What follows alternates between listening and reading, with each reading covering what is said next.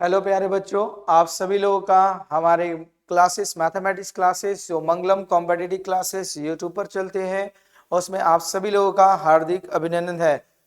आज हम लोग परसेंटेज का अगला टॉपिक के बारे में पढ़ेंगे जो बहुत ही इंपॉर्टेंट है। इस तरह के सवाल आपको एग्जाम में अक्सर देखने को मिलेंगे। टॉपिक का नाम है परीक्षाओं में फेल पास पर आधारित प्रश्न। मतलब एग्जाम में जो आपके फेल पास परसेंटेज पर आधारित सवाल पूछे जाते हैं उसके बारे में हम लोग पढ़ाई करेंगे। चलिए देखेंगे क्वेश्चंस। इसमें जितने भी टाइप के सवाल होंगे आपको करा दिए जाएंगे और वो सब जो आपके एग्जामिनेशन दृष्टिकोण से बहुत ही महत्वपूर्ण है। आइए देखा जाए। जैसे पहला नंबर क्वेश्चन आपको बोला गया है, क्या बोला गया, ध्यान से देखेंगे। क्वेश्चन नंबर 1 में आपको लिखा गया है दो छात्र एक परीक्षा में बैठे, उनमें से एक ने दूसरे की तुलना में 22 अंक अधिक लाए, ठीक है, और उनके अंक उन दोनों के अंकों के योग का 55% थे। कितना परसेंट के बराबर थे? 55% के। तो उन दोनों ने कितने अंक प्राप्त किए? क्वेश्चन मार्क्स मैंने ब्लैंक दिया हुआ, मतलब कितने अंक प्राप्त किए। आइए सवाल की ओर चला जाए। सपोज दैट, मानिए दो तरह के आपके स्टूडेंट होंगे, एक पहला और एक दूसरा स्टूडेंट, ठीक है। तो बोला गया एक ने दूसरे की तुलना में 22 अंक अधिक हासिल किए।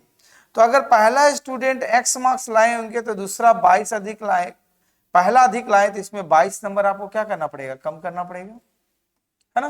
तभी तो आएगा 22 अंक फर्स्ट वाले के ज्यादा। अब अगला कंडीशन में क्या बोल दिया गया है? उनके अंक जो होगा, मतलब इनका x का जो अंक है, इन दोनों के दोनों अंकों के योग का, मतलब x प्लस x माइनस 22 के योग का कितना परसेंट के बराबर है? आपका 55% के बराबर है। कितना परसेंट? 55% के बराबर है। तो बोला गया है कि उनके मार्क्स क्या थे वही बताना है आपको, ठीक है। आइए तो हम लोग क्या लिख सकते हैं? x is equal to x, क्या काट के छोटा कर सकते हैं हम लोग।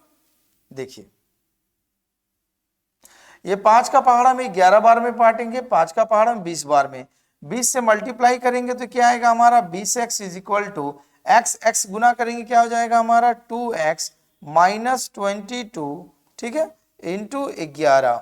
अब हम लोग 20x is equal to 2 common ले लेंगे तो x माइनस 11 इंटू 11, ये 10 बार में खत्म हो जाएगा। तब आप आगे क्या लिख सकते हैं? हम लोग यहाँ लिखेंगे 10x is equal to 11x minus 121। तो हम लोग x को इधर भेजेंगे तो क्या हो जाएगा? यहां पर कर दे रहे, तो यहां पर आपका x बराबर निकलेगा कितना? 121, ठीक है। तो x बराबर 121 मिला, मतलब एक को अगर 121 मार्क्स मिला होगा तो दूसरे को कितना मार्क्स मिला होगा आपका? 121 में 22 को माइनस कर देंगे तो कितना आएगा? 99। तो मतलब एक को अगर 121 मार्क्स मिला है तो दूसरे को कितना मिला होगा? 99। तो कौन सा ऑप्शन में लिखा हुआ? ऑप्शन नंबर ए में लिखा हुआ है, ठीक है। तो उम्मीद करते हैं ये सवाल आपको समझ में आ रही होगी, नोट कीजिए।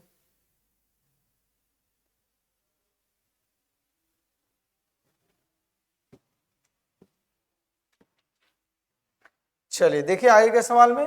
देखिए आगे का सवाल में क्या दिया गया है, ध्यान से देखेंगे। इस सवाल में लिखा हुआ है कि एक इंजीनियरिंग छात्र को उत्तीर्ण होने के लिए 24% अंक हासिल करने होते हैं। कितना परसेंट मार्क्स लाना पड़ता है उन्हें? 24%। बोला गया है उसे 61 अंक मिलते हैं और वो 29 अंक से अनुत्तीर्ण, मतलब फेल हो जाता है। तो उस परीक्षा में अधिकतम मार्क्स क्या है? तो हम लोग जानते हैं परसेंटेज का चैप्टर्स में अधिकतम मार्क्स कितना होता है? 100% होता है। तो एक स्टूडेंट को पास होने के लिए 24% अंक चाहिए, लेकिन उसे मार्क्स मिला कितना? 61, और 29 नंबर से फेल हो गया। मतलब 29 नंबर उसे और मिला होता तब वो एग्जाम में पास हो जाता, और वो मार्क्स कितना के बराबर होता? 24% के बराबर। तो परसेंटेज के चैप्टर्स में वहां मार्क्स कितना होता है? टोटल हम लोग जानते हैं 100%। तो हम लोग क्या लिखेंगे? देखिए अकॉर्डिंग टू द क्वेश्चंस, ये जो इनका 24% मार्क्स होगा वो मार्क्स कितना के बराबर होगा? 61 प्लस 29, तो कितना हो जाएगा आपका? 90, ठीक है। तो 100% बराबर कितना हो जाएगा? तो 19 इंटू 100 बाय 24, है ना। चलिए काटा जाएगा। आपका काटेंगे हम लोग 4 का टेबल में कट जाएगा ये 6 बार में, और 4 का टेबल में ये कट जाएगा 25 बार में।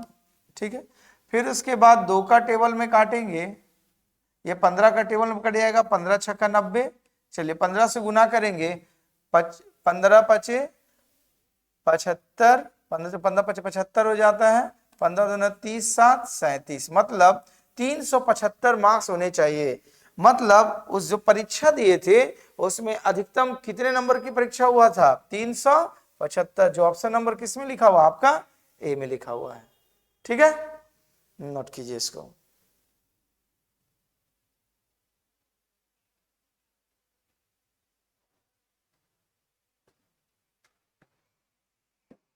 हो गया। चलिए अगले सवाल में चलेंगे। देखिए आगे बोला गया है सवाल में आपका क्या, दो छात्र एक ही परीक्षा में बैठे थे, उसमें से एक ने दूसरे की तुलना में 10 अंक अधिक हासिल किए और उसके अंक जो है उन दोनों के अंकों के योग का 75% है, तो दोनों का अंक कितने थे? अभी जो हमने सवाल बताया क्वेश्चन नंबर 1 उसी पैटर्न पर है। आप इससे पहले बनाइए, बनाने के बाद जो जवाब आता है उसे कमेंट सेक्शन में दीजिए। अगर नहीं बनता है तब इस सवाल को देखिएगा। ठीक है, आइए देखा जाए। तो बोला गया एक परीक्षा में 2 स्टूडेंट बैठे हुए थे, पहला और दूसरा। तो हमने जब एक को माना x मार्क्स लाए होंगे अंक, तो दूसरा ने कितने लाए होंगे? बोला गया एक ने दूसरे की तुलना की में 10 अंक अधिक लाए, तो ये इसको 10 अंक अधिक बनाने के लिए इसमें x - 10 करना पड़ेगा। ठीक है, अब क्या बोला गया है, उनके अंक उन दोनों के अंकों का योग का, मतलब इनका जो मार्क्स है इन दोनों के अंकों का योग का, मतलब x प्लस x - 10 के अंक के योग का कितना परसेंट के बराबर है? 75%, मतलब 75/100। 25 या 75, 2500 का 100, 4 से cross multiplication, 4x is equal to, यहां पर हो जाएगा हमारा क्या, 2x - 10 इंटू 3, यही होगा। आइए आगे क्या होगा, 4x इज इक्वल टू 2 तिया 6 माइनस 30, इसको इधर भेज देंगे, 2x इज इक्वल टू 30, काट देंगे 15, तो x का वैल्यू क्या निकला हमारा? 15 निकला। x बराबर हमारा 15 निकला, तो मतलब अगर एक को कितना मार्क्स लेंगे, x बराबर हमारा 15 आया, तो दूसरे को कितना मिला होगा मार्क्स? 15 माइनस 10, मतलब कितने मार्क्स मिले होंगे? 5। जो ऑप्शन नंबर किस में लिखा गया? ऑप्शन नंबर डी में लिखा हुआ है। ठीक है, सवाल को नोट कीजिए।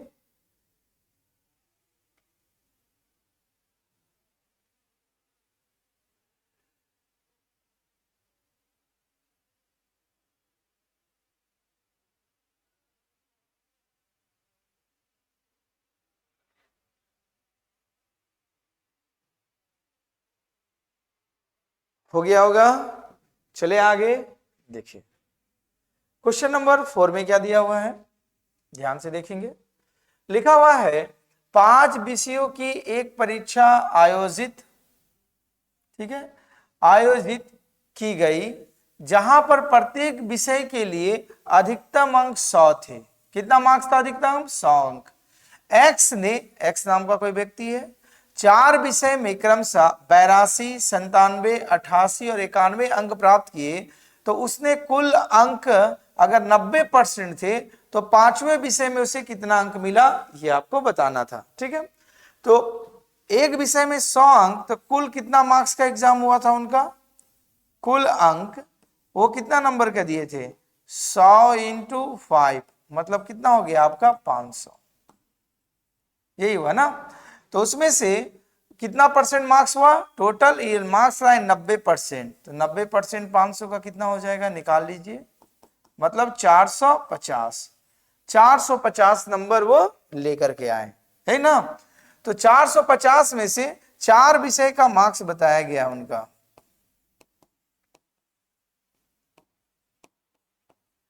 चार विषय का अंक कितना है?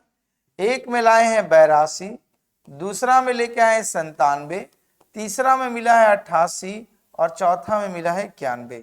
चलिए इसको जोड़ेंगे, 1 8 9, 9 और 1 10 16, 18, हाथ में लगा 1 10 18 27, 27 और 8 35, मतलब 358 नंबर इनका टोटल हुआ।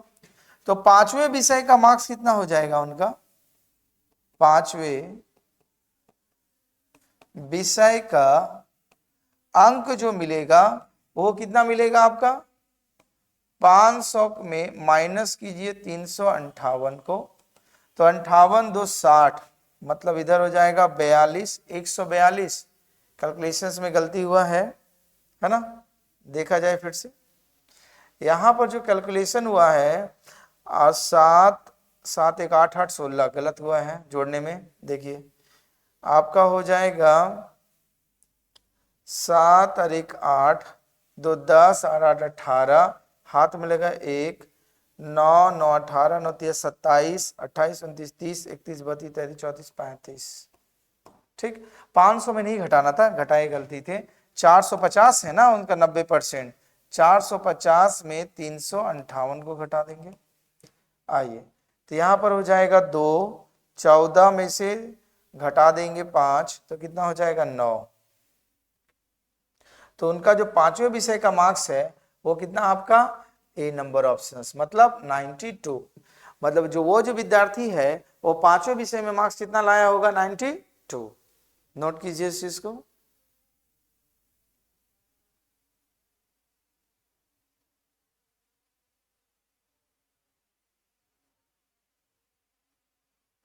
चलिए अगले क्वेश्चंस की ओर आइए। अगला क्वेश्चन देखिएगा, बहुत इंपॉर्टेंट है और अक्सर एग्जाम में पूछे जाते हैं। ये क्वेश्चंस बहुत ही इंपॉर्टेंट है। ठीक है, देखिए क्या बोला गया है, एक छात्र ने 32% अंक प्राप्त किए और 6 अंकों से वो क्या हो गया? फेल हो गया।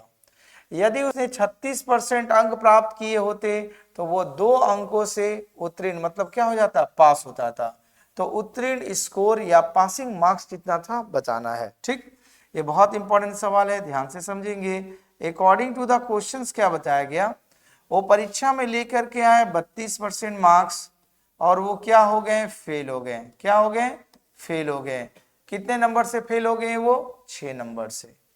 फिर अगर वो उसी के बारे में बोला गया है, अगर वो 36% मार्क्स लेकर के आते तो वो पास होने वाले जितने नंबर थे उससे कितना अधिक मार्क्स लेकर के आए? 2।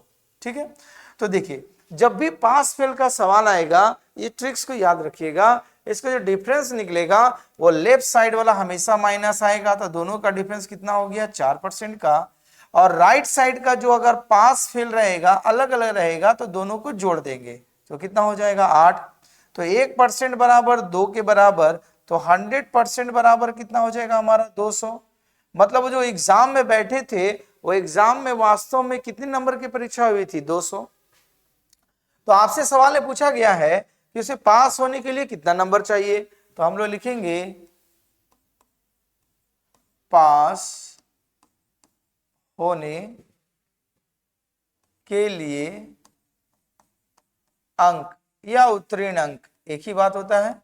तो क्या लिख सकते हैं हम लोग? आइए, तो आपका वो 200 नंबर था एग्जाम, उसमें वो नंबर कितना लाया? वो 200 में लेकर के पहला में लाया 32%, मतलब 32/100। तो कितना नंबर से फेल हो गया वो? आपका 6 नंबर से। मतलब 6 नंबर अगर वो और लेके आता तो पास हो जाता। चलिए काट दीजिए, 32 दूना आपका हो गया 64 प्लस 6 क्या हो गया? 70। मतलब पास होने के लिए उन्हें कितना मार्क्स चाहिए था? 70 मार्क्स। ठीक है, तो उम्मीद करते हैं आपको सवाल सारे के सारे समझ में आ रहे होंगे। तो जितने भी पास फेल से रिलेटेड आपके सवाल थे, जिस तरह के सवाल पूछे जाते हैं उनमें सारे तरह के सवाल का आपका सॉल्यूशन कर दिया गया है। ठीक है, तो ठीक है, तो इन सारे सवालों को अच्छा से प्रैक्टिस कीजिए और रिविजन्स कीजिए। कमिंग सून जितने भी परीक्षाएं हैं इसी टाइप के सवाल आपसे पूछे जाएंगे। तो आज की कक्षाएं समाप्त होती है। धन्यवाद।